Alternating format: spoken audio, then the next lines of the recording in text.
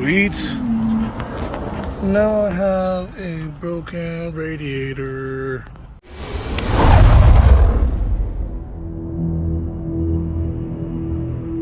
Yeah.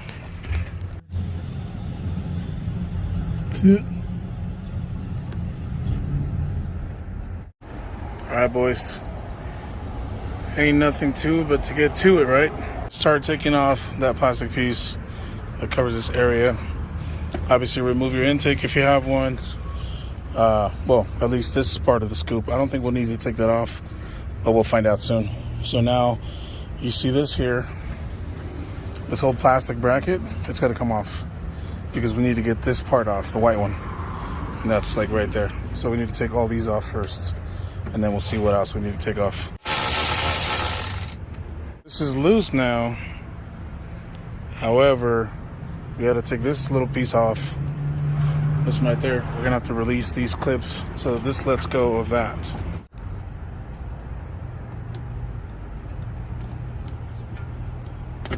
Once you get all these clips out and you remove these little pieces here, that one right there, now this should be loose. So we should be able to pull the bumper back a little bit on both ends. So now this should just release. And then we have the hood latch. So two 10 mil bolts here. Completely free.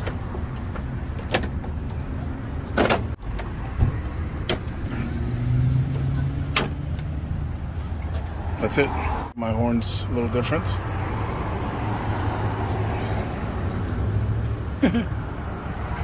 Forgot about that from Steven Miyad. He's the one that made these scoops there. You're trying to get this area as free as possible.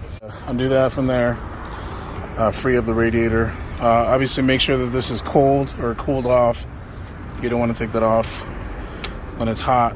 So but yeah, just start taking everything apart, everything away. Remember where it goes. Keep everything like a little bin like that so you don't lose your bolts. I keep my clips from this side on that side, and I keep my clips from this side on that side. Kind of keep everything to the left or to the right. Take this bracket off, and then you will have another horn bracket over here. I don't have it anymore because I deleted that one. And then we should be able to take this and that off. All right, so now we're going to take this bolt off, that bolt, this bolt, and that bolt. Bolts are off. Now this should just pop off. A good idea to take this, unplug it. This might be different on yours, but at least in my case, I'll have to get that off. And then you'll still have these lines connected. As long as they're not stretched, you should be fine. And then just be careful with your AC lines here. You don't want to bend them too much. That's your AC condenser. So we'll have to undo that bolt, this bolt, and I'm sure there's more at the bottom. Yep, there's more at the bottom, as you can see right there. See it right there? So I'm underneath the car now, and I've been taking these clips off. We'll see them scattered all over the place. But we need to release the bumper from these plastic covers. So we need to take all these out. Once we take these off, it'll give us access to the radiator.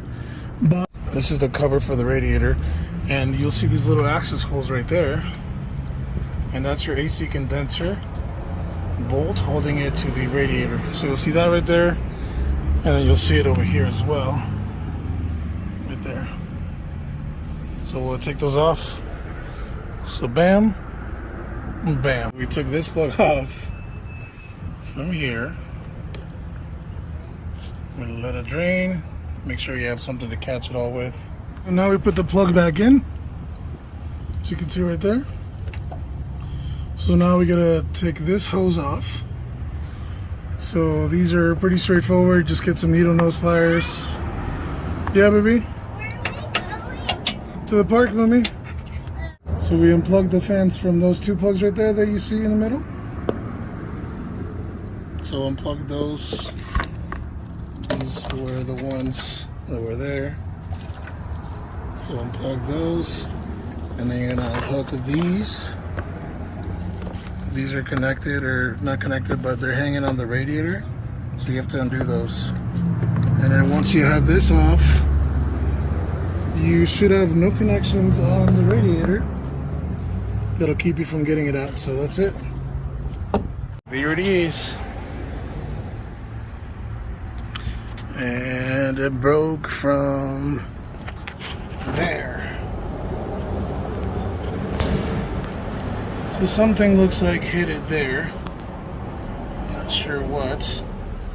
I don't know. I don't even know if it's that. It might just be the plastic down here. Let's see.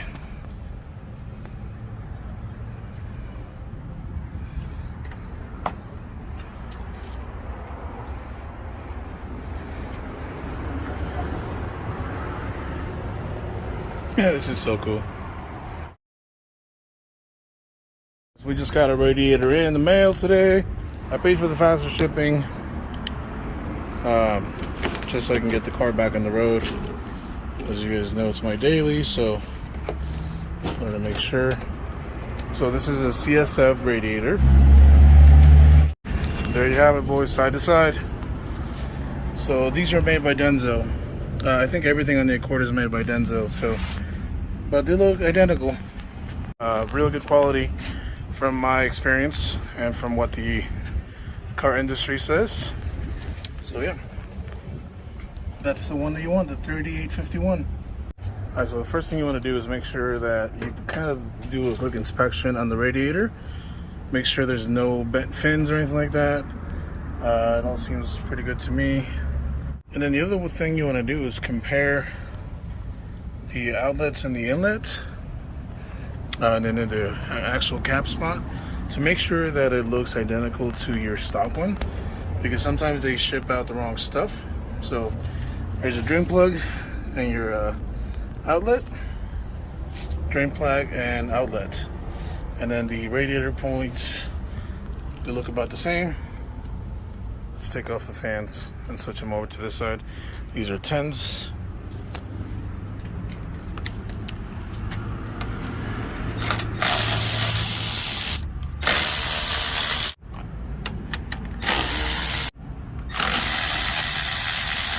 We're gonna pull the sucker out. So it just pops up there. It's got the little legs that go in here, and then these bolts go right there. So one by one, switch it over. Same thing. Find the little legs, and then that should line up perfectly right there. And that's where your two bolts are gonna go. Lines up perfectly too. Okay, so we'll just throw them on, screw in the bolts, and then tighten it down. All right, guys, and the last thing we want to swap out from the old one are these little rubber boots on the legs and the bottom of the radiator. So we're gonna switch them out, and we're gonna put them on the new one. Make sure they're still good. They look okay. So throw them on. Realized we need the ECT2 sensor out, so we can put it in here. So we're gonna do that real quick.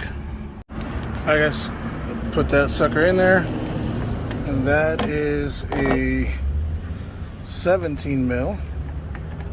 So we're gonna go ahead and tighten it with a hand, and then you can grab your 17 and tighten it. You don't want it too tight because it's plastic.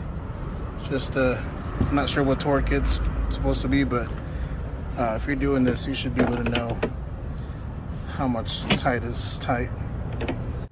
So just drop it in. It's in there now. Make sure it's sitting flush. It's supposed to be on those little mounts down there, little rubber boots, and it shouldn't have any play except back and forth because it hasn't been tied down yet. But that's it. Make sure everything's good. It looks good on my end. Now we can connect the bottom hose and then the top hose. The bolts for the condenser to the radiator mount. So that's what we're going to tighten up now. So there's one right there, and then there's another one over here. And these are really hard to start, like to start throwing them in. So it took a while I couldn't do it with the camera on, obviously, but once you get them aligned right, then just tighten them, and that should be it for the radiator support stuff.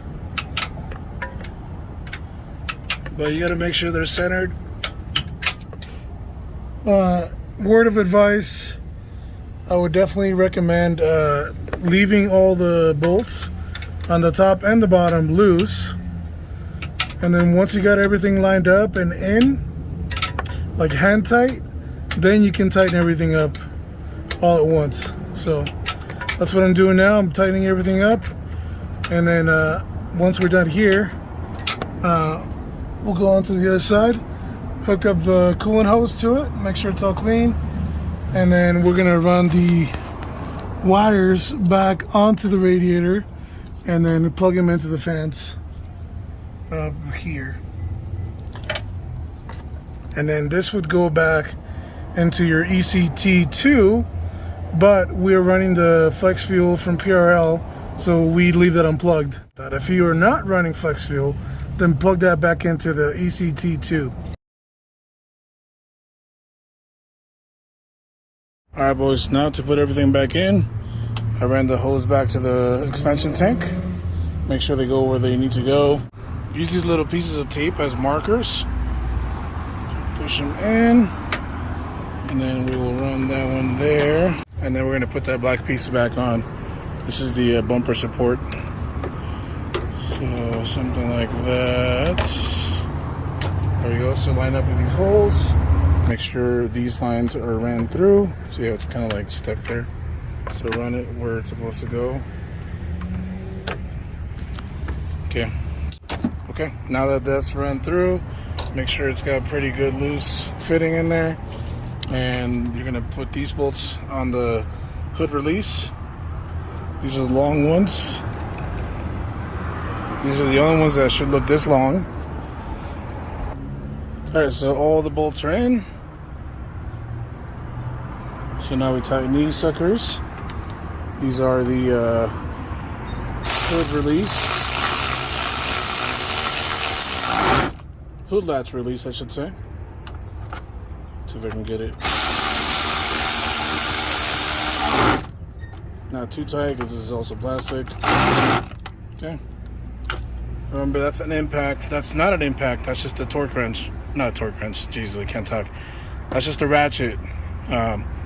So it doesn't have torque like something like this, like an impact would. So hand tight everything after you start it. Okay, that should be it. Mechanism's good. And all the lines are ran through. Nothing's in the way. And then we're going to feed this bumper back through here. This is a 3M Galaxy wrap, just so you guys know, in case you're wondering. All right, boys, so now we are running the car, getting it up to operational temperature, anything above 170. As you can see, there's some bubbles in there. So it'll keep bubbling as the water boils. Obviously, I recommend you using Honda coolant. It's pre-mixed already, but this summer I'm gonna run like a 30-70 mix, so it's gonna be mostly water. I'm gonna do a coolant flush to clean out the whole system in a couple months before it gets too cold in here. There it is. That's what it's gonna look like.